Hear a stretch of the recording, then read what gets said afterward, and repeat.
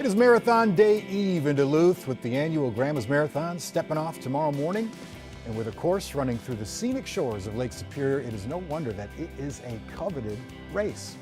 In fact, Grandma's is now the 10th largest marathon in the entire U.S. with 9,000 runners and even more spectators.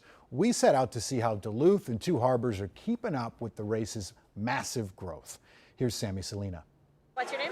You probably shouldn't just wing 26.2 miles. Yeah. I've been on a long training plan now for the last 3 or 4 months. You need to grow. We have a lot of training runs. Thousands of people are in Duluth for Grandma's Marathon, and the event has seen its own growth spurt. We had the biggest Grandma's Marathon weekend we've ever had last year. It was the biggest marathon and 5K that we've ever had individually, and the second biggest half marathon that we've had, and all together it was the biggest overall weekend that we've ever had. In 2024, they had about 17,500 participants. We expect this year to beat that. And those numbers not only bring congestion, Crazy, yes. A lot of people, a lot of traffic. but business. According to a study by the University of Minnesota Extension, the marathon has doubled its economic impact compared to just 5 years ago.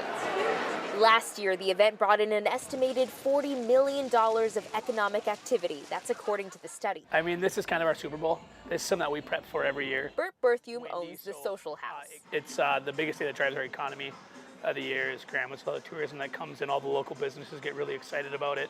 And where our original location is over the hill, it does very well as well because all the Duluth people are like, we want to get away from it. So then they go over the hill to us up there. There are, of course, some growing pains and lessons learned. The move of the 5K, for example, from 6 o'clock to 1 o'clock, we saw a lot of congestion in that 2, 3, 4 o'clock hour of the afternoon into the early evening. But to runners here, it's worth it. The best favorite, of course, is the finish line. You can't beat that. In the long 26.2 mile run. Sammy Solina, KARE 11 News.